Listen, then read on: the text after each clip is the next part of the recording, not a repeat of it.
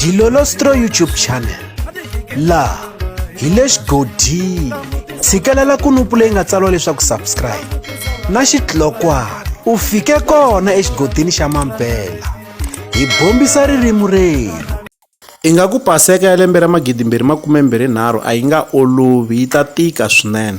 Xana i mani loyi a nga ta hi cinisa ke? Hi nga rivali leswaku hi langutele album ya Sayicology sweya Mabyongo a karhi a tirhisana na Mr Post na ntlawa lowu welaka eka Team Post.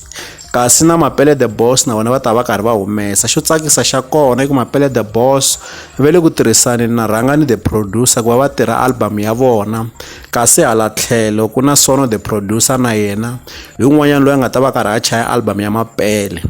Kasi na Phesi Mfana na vona va ta humesa album ya vona Paseka leyiwani. Na Xongi munhu wa munhu yena u ta humesa album eka Paseka leyi yaka eka yona. Xana i mani loyi a nga ta hi cinisa? Loko ndzi yingiserile eka tlhelo ra Team Post swi tikomba ingaku Sayicology u yime ku lunga.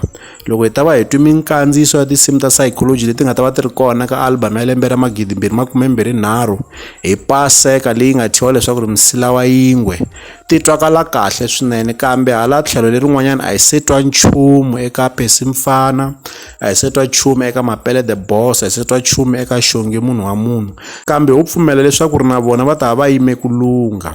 Hi siku ra vu-16 Nyenyankulu eka lembe ra 2023 hi laha hi nga fika hi swi vona kona leswaku Mapele the Boss ve le ku tirhisaneni na Rhangani the producer hikuva va postile ka xiyenge xa mabulu xa Facebook va vula leswaku ntirhisano wu kahle swinene, va tlhela va khensa leswaku ku tirhisana ka Rhangani Music na ku tirhisana ka Vegas Music i mhaka ya kahle swinene. A swi tiva leswaku Mapele the Boss va ha ku endla studio emutini wa vona lexi xi nga ta va xi karhi xi kandziyisa album yo sungula ku nga album ya vona. Ndzi pfumela leswaku xi ta fika xi tirha kahle ku fana na studio xa Mr Post xi nga ku tirheni kahle lexi na xona xi nga pfuriwa lembe leri nga hundza studio xa Centurion. Ndzi vona ingaku tirha hi ntlawa swi na matimba swinene. Le ka Mr Post ku na vahumelerisi vanharhu lava ku nga Magigwani, Mpanyas na Vadawu. Kasi loko hi languta eka tlhelo ra Mapele the Boss tiva Rhangani the producer na Sono the producer lava nga ta va karhi va tirha album ya Mapele the Boss. Se hi pfumela leswaku nakona halayani va ta sweka swa matimba.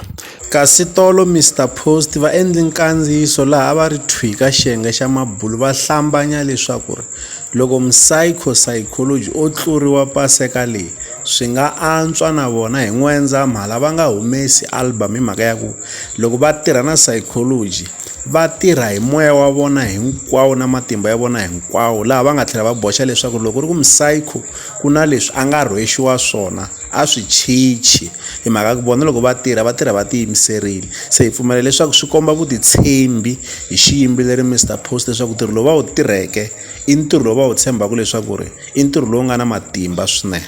Leswi hi la ta avelana na n'wina eka Dilolostro YouTube channel. Mi nga avelana na hina mavonelo ya n'wina eka xibokisana xa ku tsala eka xona mavonelo.